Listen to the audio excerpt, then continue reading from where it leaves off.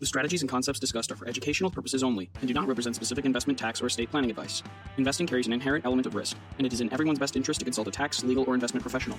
Scot, Landborg, and Stephen Murphy are investment advisor representatives of, and securities and advisory services are offered through USA Financial Securities Corp., member FINRA and SIPC, a registered investment advisor. Sterling Wealth Partners is not affiliated with USA Financial Securities Corp.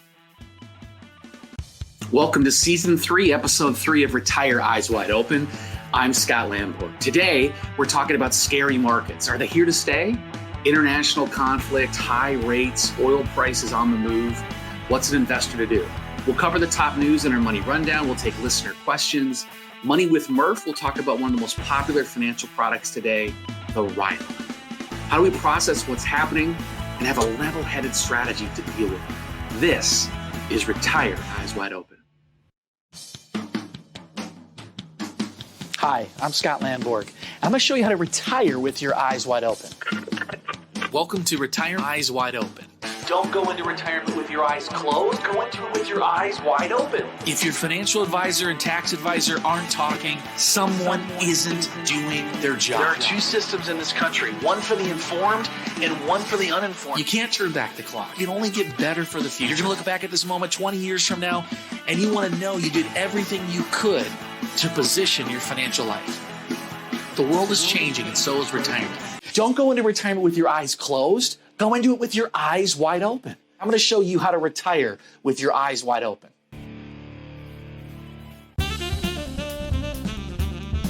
And now for the money monologue. Are scary markets here to stay? August and September were bad for the markets. S&P down 6%, bonds down 3.5%, NASDAQ down 8% in 2 months. Rough and tumble for sure. Some perspective, third quarter is typically the toughest time of the year for markets. But there truly are some scary headlines out there. Israel attacked, over 1,000 people dead. Conflict in Gaza. How much does this escalate into something larger? Ray Dalio says there's a 50% chance of World War III. Jamie Dimon for JP Morgan Chase warning of potential escalation. You've got a 30-year mortgage rate now at 8%, slowing growth, slowing economy, and now energy prices are surging again. Does that mean inflation is going to come raging back? If you look at the 70s and 80s when inflation was going down, the stock market went higher. But when inflation was going up, the stock market was falling. It seems like we have the potential to see that again. The rally we've seen in stocks is coinciding with a fall in inflation. If inflation comes back, the markets could get hurt. It's a real possibility. What's an investor to do? Are you better off putting all your money in a CD, selling everything and getting out of the way? The biggest positive in this market today is really seasonality, seasonal strength. The fourth quarter is the strongest of the year, really double of any other quarter on average. Almost half of all growth in the market on average comes in the fourth quarter. What's more, according to research from Carson, when the market is up the first half of the year, then down in August and September, since 1950, there's been a 93% chance that the market ends higher in the fourth quarter. That's a big positive. Now, there are a bunch of negatives in the market. Headline risk, concerns fundamentally about higher rates for longer, about international conflict. Some inside baseball are technical indicators about the market. They're mixed. About 55% bullish, 45% is bearish. We've moved slightly more conservative as a result, really across the board. Here are my best tips for dealing with a scary market. Number one, don't be emotional with your decisions. Being emotional as an investor is one of the worst things that you can do because you end up buying at the absolute peak and selling at the absolute low. If you're going to make any changes in your portfolio, you've got to make sure that it's deliberate, your eyes are open, you've got a strategy behind what you're doing. You're not just being emotional about it. Strategy number two, ask if you have risk management strategy as part of your plan. How are you managing risk? Is it a buckets of money approach where you've got some of your short-term needs set aside and your long-term needs, you're more okay with the ups and downs? Is it a diversification strategy? Is it about being more active and how you're allocating? What is your risk management strategy? If you manage money for yourself, it's an important question to ask. How am I going to be managing risk? If someone else is managing your money, it's also an important question to ask. What is our strategy for managing risk? And this becomes much more important the older that you get, the closer you get to retirement, and the more that you rely on those investments to provide for income in retirement. The reason that is because volatility can kill your financial plan. If there's too much volatility early, you can run out of money, and you want to make sure that that doesn't happen. So you want to have a conversation about what is your strategy for managing risk. Number 3, understand what is your investment strategy. How does it fit in your plan? What are those plans' strengths? What are those plans' weaknesses? Or do you have more international? Do you have more in small cap? If you do, the past couple of years have been a little bit bumpy if those two sectors of the market have had challenges. Doesn't necessarily mean you abandon that as a longer term strategy, but you should at least ask the question, why? Why do we have those as part of the portfolio? Why is that causing the portfolio to lag? What could we do differently? And what is the market? What are the best opportunities in the market now? Strategy number 4, explore buffered strategies. This is something that's really important. Buffered ETFs are becoming more and more commonplace, and definitely you should be aware of how they could enhance your portfolio. They're not going to be right for everybody. There's pluses and minuses to every strategy out there, but buffered strategies help buffer you from declines in the market.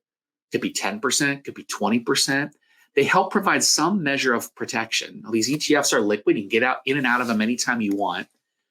And there's no free lunch. There's fees associated with them. There's upside that might be capped. But in a market that's sideways, in a market that's range bound, they could be an effective strategy. And if you haven't heard of them before, you need to get some education and learn more about them, how they might be a part of your plan in an uncertain market, or in a market that might be giving you conflicting signals of where it's headed in the short term. Also explore longer term buffered strategies. We're going to talk about one of those here today, RILAs, how they fit in your overall plan.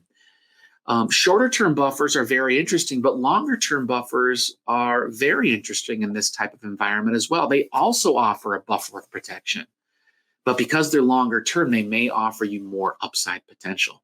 Make sure you look at the positives and negatives of any strategy, but the important thing is you got to have your eyes open about what strategies are available and how they might fit you.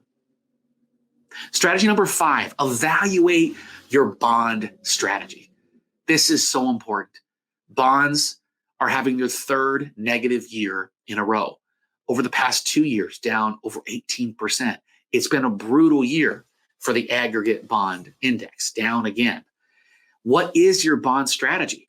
And if your bond strategy has been passive and you haven't been doing anything over these 3 years, even though the Fed has told us that they're going to be raising rates along the way, then you have not had a very effective fixed income strategy.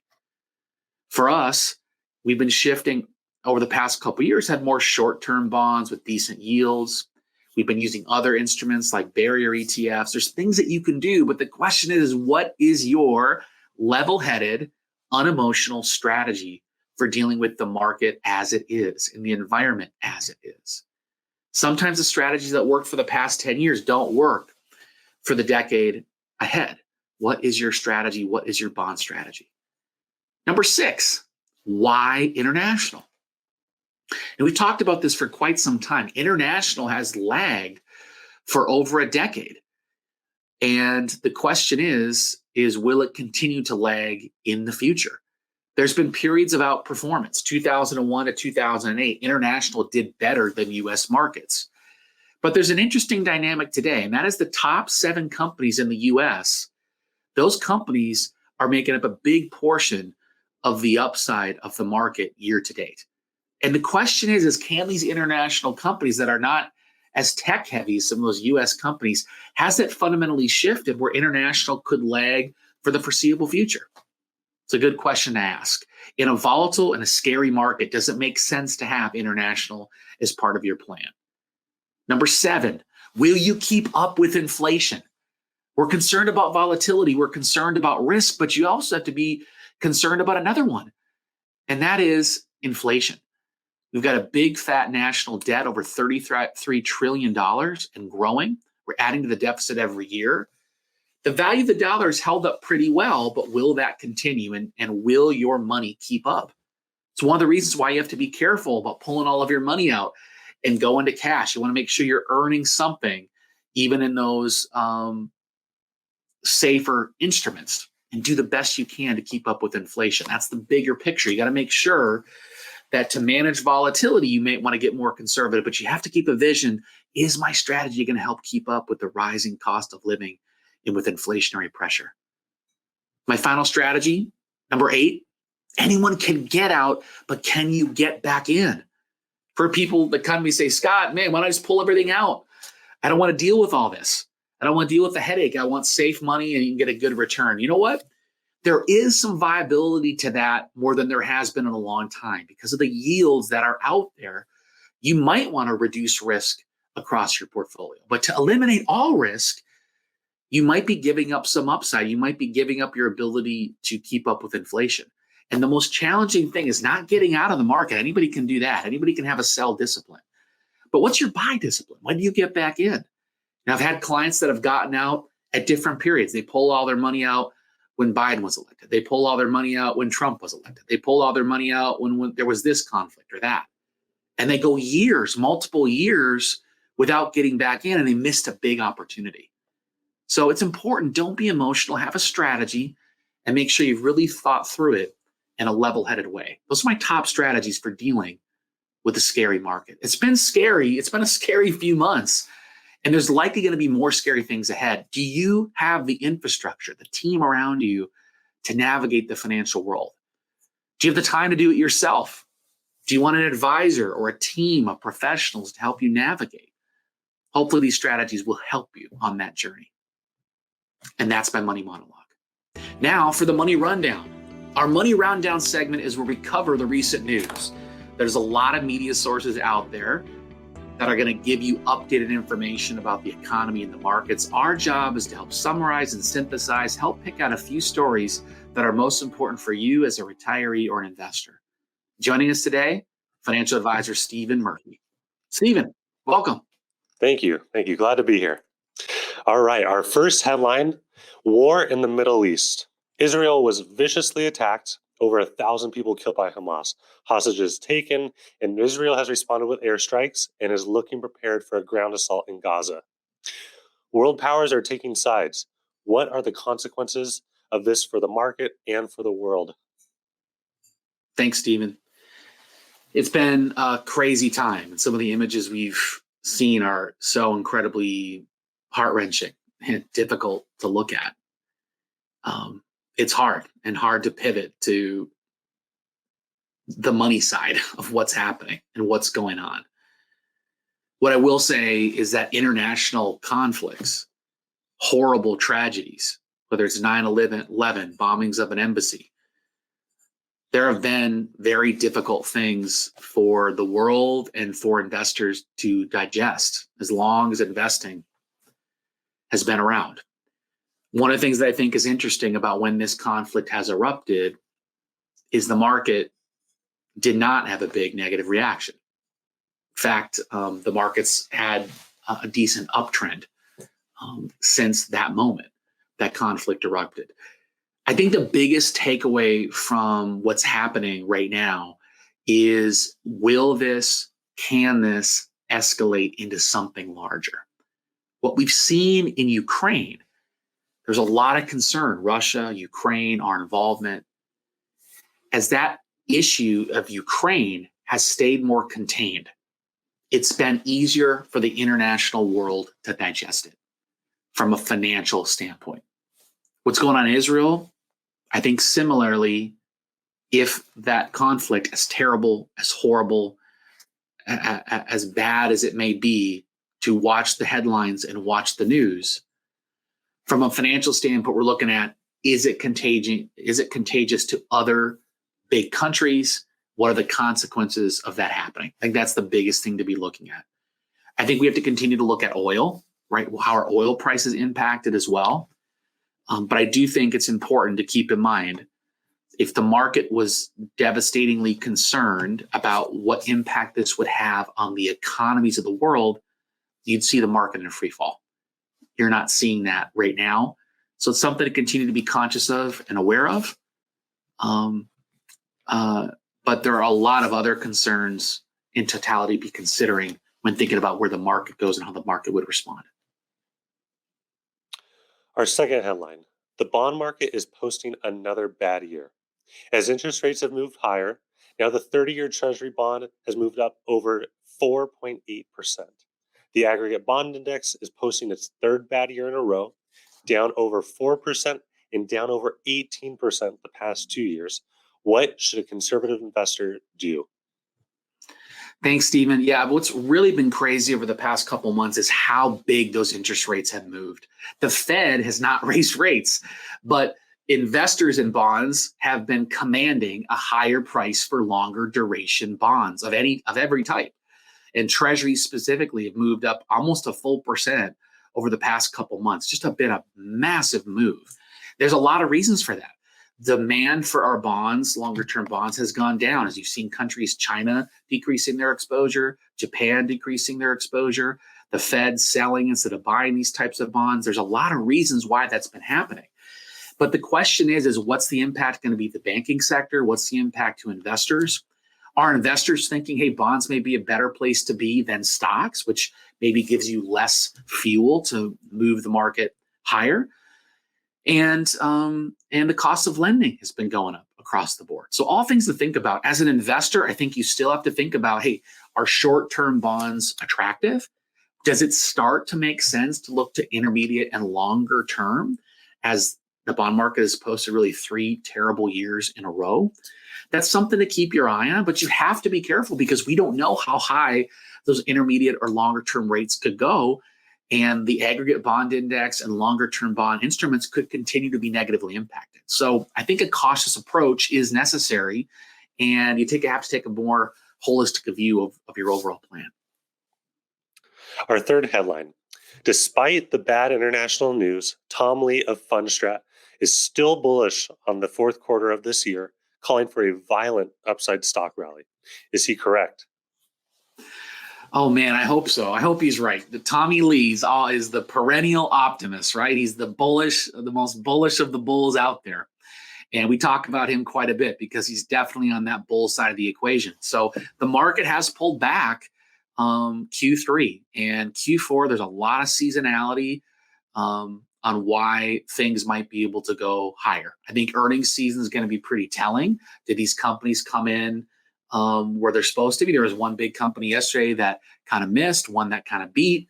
So it's going to be really interesting to see where these companies come in and can those earnings be a catalyst for markets going higher. Some of the tech companies that have done well this year pulled back a little bit last quarter. He's arguing that they've got more room to run. So we shall see. I think it's a little too early to tell. Our signals from a technical basis are a little bit mixed, but we are optimistic that there's a good chance you could have a year-end rally because of some of the seasonality. And frankly, because a lot of people are so negative about all the news that's out there. So we'll have to see. And our final headline: House Republican Speaker Kevin McCarthy was ousted as Speaker this month. And as of this recording, a new Speaker has failed to secure the votes to become the new Speaker of the House. What does this mean for the November deadline to reach a spending bill agreement for the federal government? Yeah, it's really interesting to watch, right? The internal politics in Washington and what's happening. It'll be interesting to see if they can come to some sort of agreement, the Republicans, because there is work that needs to be done by Republicans, the White House and the Senate, to pass a spending bill. They passed a temporary resolution to get them to, I think, November 17th. So we have some time. But spending bills aren't usually things that get solved in a day. They take some time to work through. And one of the reasons why the Speaker was ousted is because House Republicans wanted one-off spending bills. wanted additional spending for the border. There's a lot of things out there. Ukraine, Israel defense support spending, a lot of things that go into it. And the question is if they delay too long in getting a new speaker, are they going to be able to get the things done that they need to come to an agreement? The biggest thing I've been concerned about with government shutdowns and the number one concern there is, does the debt of the U.S. government get downgraded by some of these rating agencies? That's the thing that potentially could impact the markets broadly. And if there's chaos in our political environment, it could be a negative for the market. I just saw this week, Fed chairman was speaking about less of a need to raise rates because some of the quantitative tightening.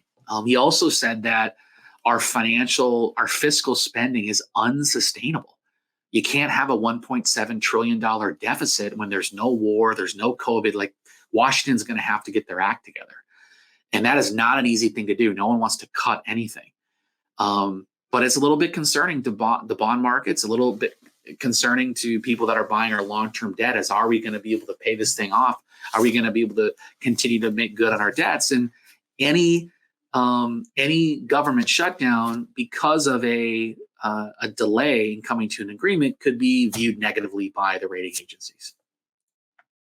And that's our money rundown for the week. Now, Money with Murph. On this segment of Money with Murph, we're going to talk all about RILAs. RILAs are something that are becoming very popular, something you may have heard of already. We're going to dive right in, so let's get started. RILA stands for Registered Index-Linked Annuity. It's a variable annuity, but likely not what you think when you hear the word annuity. In fact, there's a discussion going on through Congress right now to make these their own category of investment products.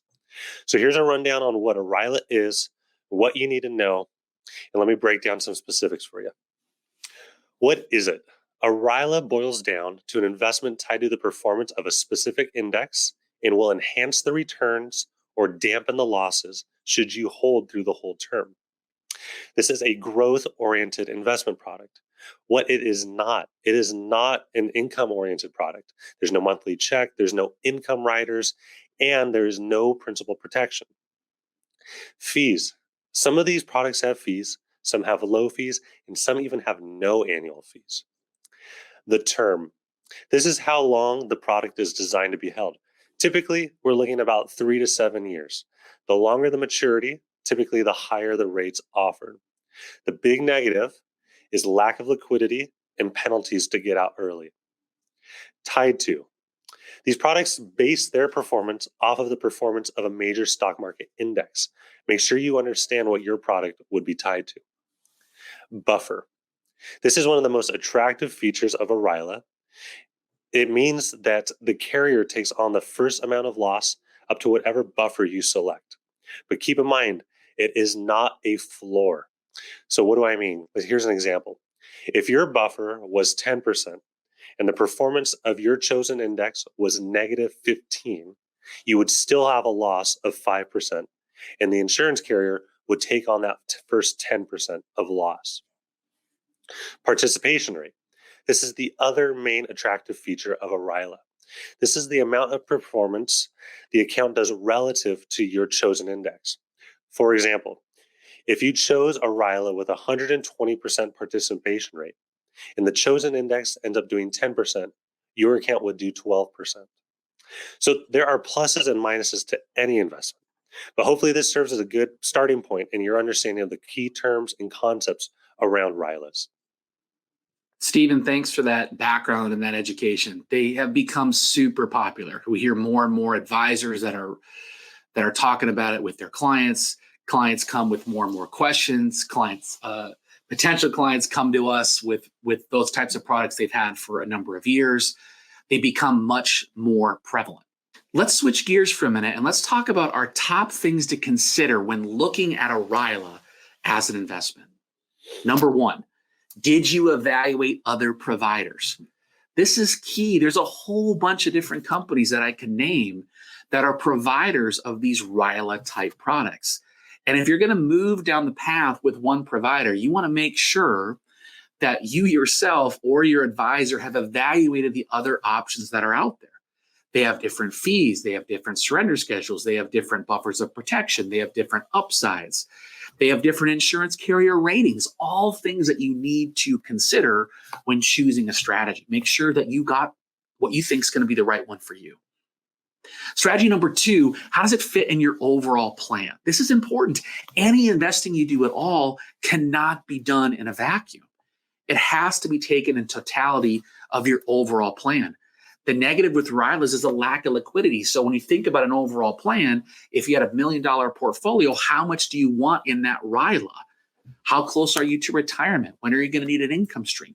These are products that are typically growth oriented that you're typically not going to tap for 6 years plus. So keep that in mind. You have to make sure you have enough liquidity in other places if you're going to use a strategy like this. Strategy number 3, do you have enough liquidity in other places? This is key. This is important, as that is one of the biggest negatives of this type of strategy. Make sure you have enough liquidity in the rest of your overall plan.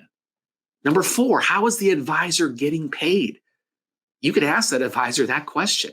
And one of the biggest challenges I see with any annuity, including RILAs, is you get an advisor that took an upfront commission and no longer services that client. It's almost like they disappeared. Client never hears from them again. You don't want a relationship like that. You want to have an advisor where those incentives are aligned, that they're going to continue to service your account ongoing.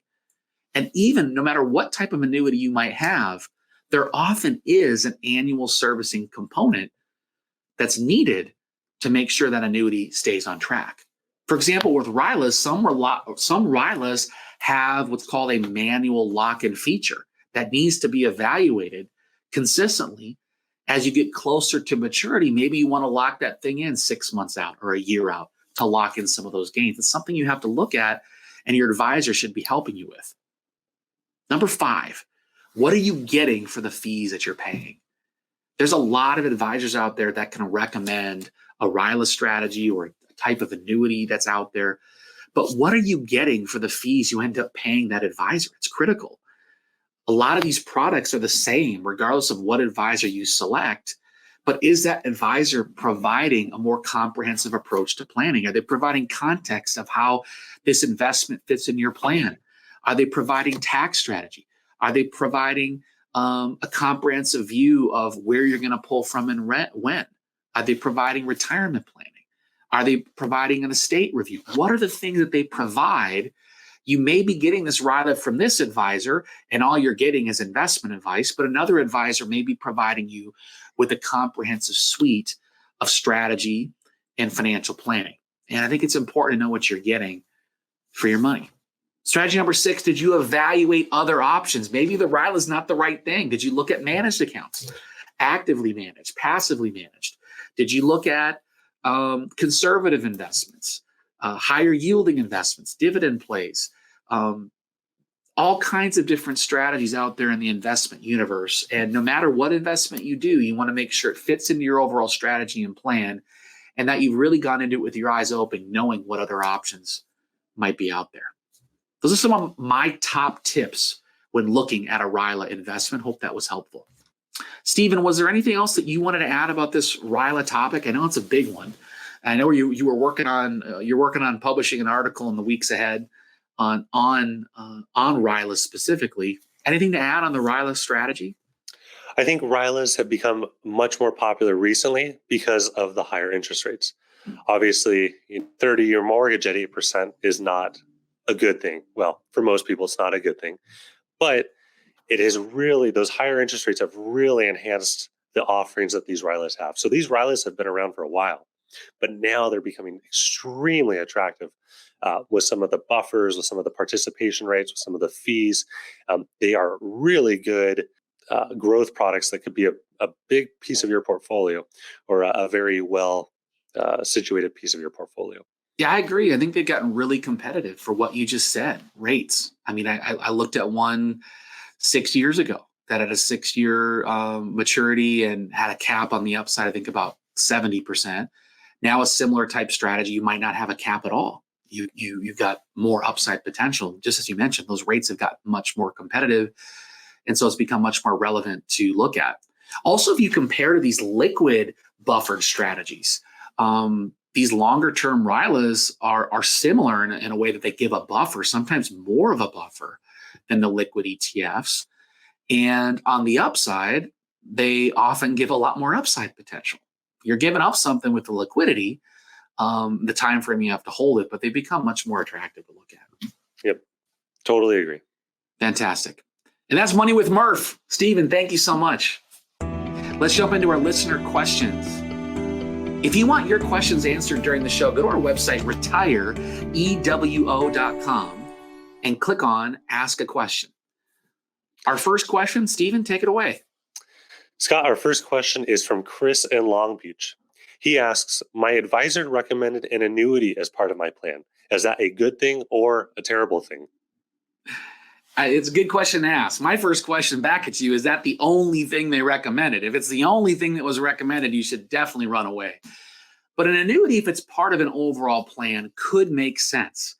It's something you really want to take your time on, really take your time to understand it and why it was recommended, how it would fit as a part of your plan and what benefits it provides. You also want to know what the negatives are. There is no free lunch. What are the pluses and minuses of the strategy you're looking at?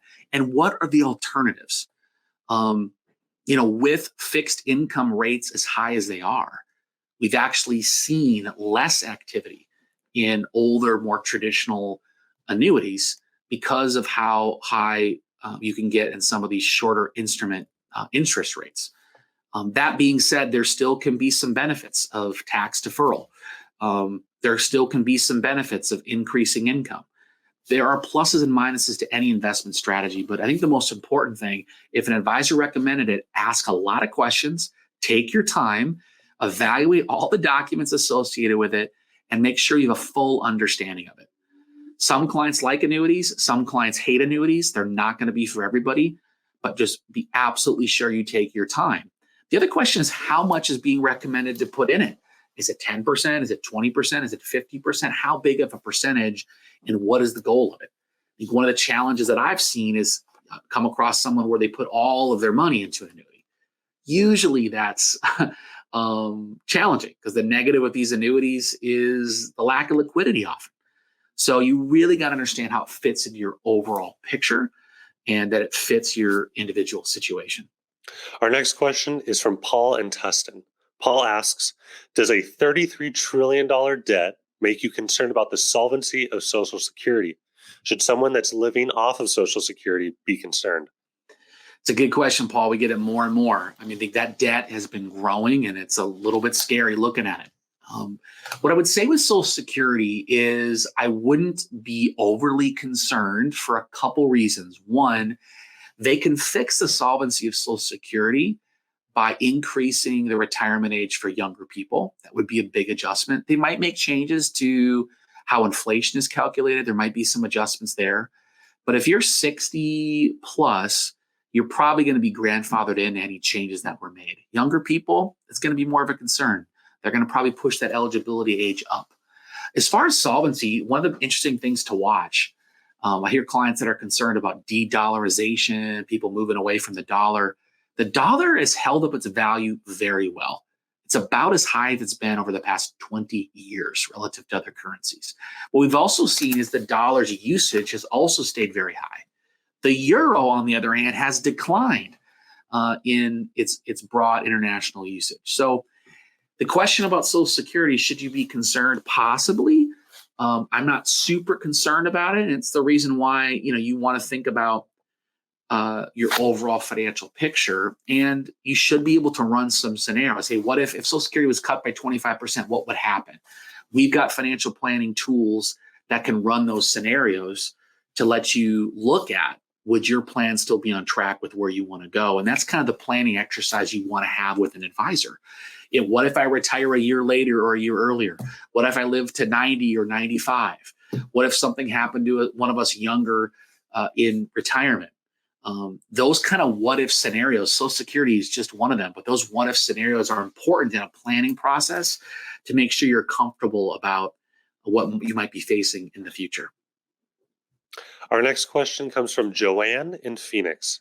Joanne asks, I heard about these RILA annuities. How much of your portfolio is too much to have in one? What are the biggest risks? And is it just too complicated for me? Good question, Joanne. How much in the portfolio should you have? That is a function of, I think, number one, how much liquidity do you have and what's your time horizon and where it fits in your overall plan. So someone that needs all of their investments providing income right now, that RILA is not going to be appropriate, likely, unless you're using a buckets of money approach where you're using one bucket for money now, one bucket for money later. On the flip side, someone that it says, hey, Scott, this is legacy money, I'm not going to touch it. Or someone that says, Scott, I got 10 years to retirement, it could be a suitable part of the portfolio. Biggest risk is going to be liquidity. You're going to want to make sure that the insurance carrier backing it has very good ratings. Those are two of the biggest. But what I like about it is it takes a client that might have a slightly lower risk tolerance, that might more naturally be inclined to be in a 70-30 or a 60-40 stock to bond portfolio, and allows you more upside potential with some of these indexes while still giving you a buffer of protection. So I like that. Is it too complicated for me? Oh, that's a tough question. If it's complicated, man, take your time. Number one piece of advice, take your time. Don't rush into anything. Have multiple meetings to look at it.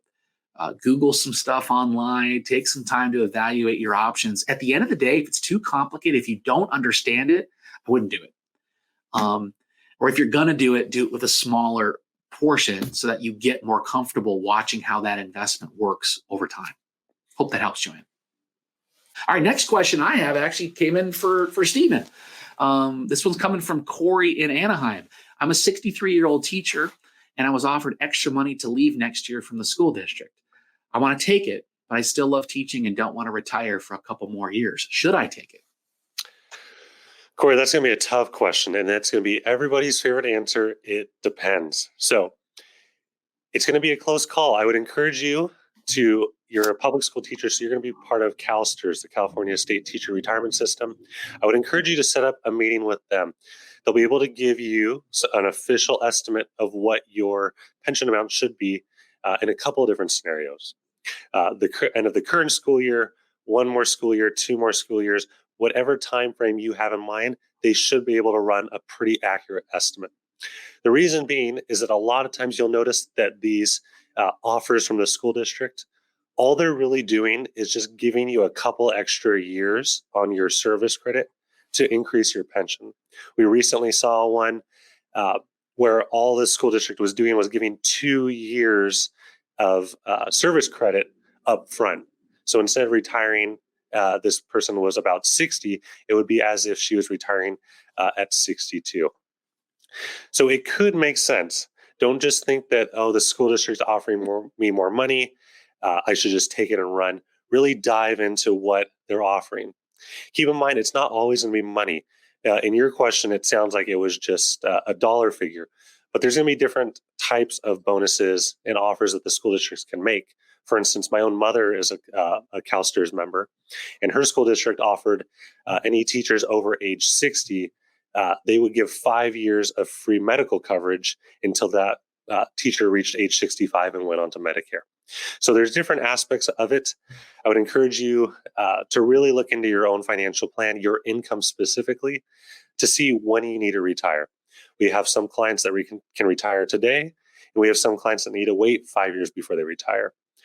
See where you're at on that spectrum. And then the other aspect is I know teachers really do enjoy what they do. They do it because they love their students. They love their job. It has that rewarding aspect to it. So don't let money only be your motivator. Money is obviously a big component of it. You need to make sure your finances are in order. But really, it boils down to, if your finances are in check, what do you want to do? Do you want to spend a couple more years in retirement with your family? Do you want to take a substitute teacher role? Do you want to take on an aide in a classroom role? There's other ways you can work part-time and stay in the classroom, but retire. So I hope that helps, Corey. And if you have any more questions, feel free to reach on out. Stephen, great answer. Just as a reminder to our listeners, if you are a CalSTRS, CalPERS, government pension employee, it's one of the areas of specialty on the team, one of Stephen's areas of focus. And so if you have questions like that about CalSTRS, CalPERS, any of those types of benefits, definitely reach out to us and our team. click on our listener questions or set up a one-on-one to talk more. Awesome. And our final question comes from Chuck in Los Angeles. Chuck asks, I'm scared and just want to put everything in cash where I can earn 4 to 5%. Why not just do that and avoid the headaches and worry and risk? Chuck, that is a super legitimate question, and we get it more and more with the craziness that's happening in the world. If you want to get more conservative, that is a viable option if it fits in your overall plan. I would caution against emotional reactions and responses, though, right? Are we getting more conservative because of what's going on in Israel? Is that the reason? Because the market hasn't really negatively responded. There's always going to be a reason to not be investing. And yet the market 75% of the time is going higher. That being said, it is legitimate to say, hey, interest rates are higher. I'm a conservative investor. I'd rather lock in some higher rates. And there may be strategies to do that. CDs may be one of them. Longer term bonds may be one of them. Fixed annuities may be one of them. You want to evaluate all your different options, maybe an enhanced yield strategy, all different things to evaluate. But it's important that it doesn't have to be all one or all the other. You don't have to pull everything out and throw it into cash. You could pull a portion, maybe 10%, maybe 25%, maybe 30%, maybe enough to cover your expenses for the next few years for the market to come back. There are other risks to consider. The only risk is not just a declining market.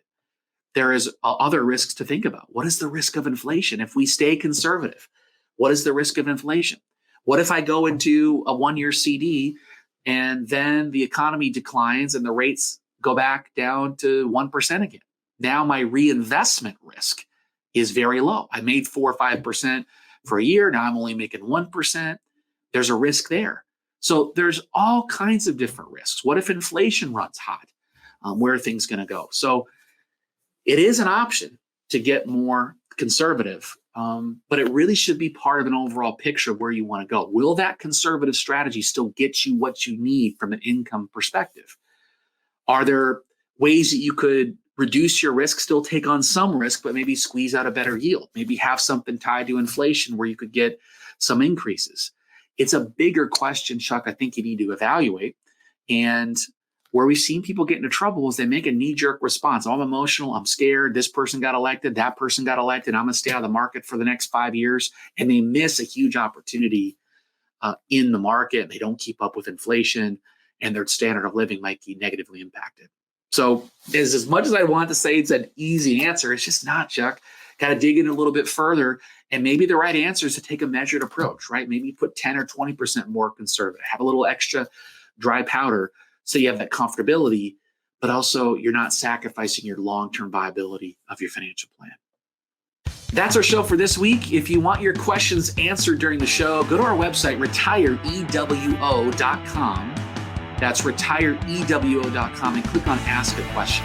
If you want to sit down and talk more about your situation one-on-one, whether it's myself, whether it's Steven, go to our website and click on Schedule a Consult. We'd be happy to help. Go like us on Facebook to get our most up-to-date content. Subscribe to our podcast. We'll see you next time where I'll show you how to retire with your eyes wide open. Don't go to retirement with your eyes closed. Go into it with your eyes wide open. I'm Scot Landborg here with Steven Murphy. We'll see you soon. The strategies and concepts discussed are for educational purposes only and do not represent specific investment, tax, or estate planning advice. Investing carries an inherent element of risk, and it is in everyone's best interest to consult a tax, legal, or investment professional. Scot Landborg and Steven Murphy are investment advisor representatives of, and securities and advisory services are offered through USA Financial Securities Corp., member FINRA and SIPC, a registered investment advisor. Sterling Wealth Partners is not affiliated with USA Financial Securities Corp.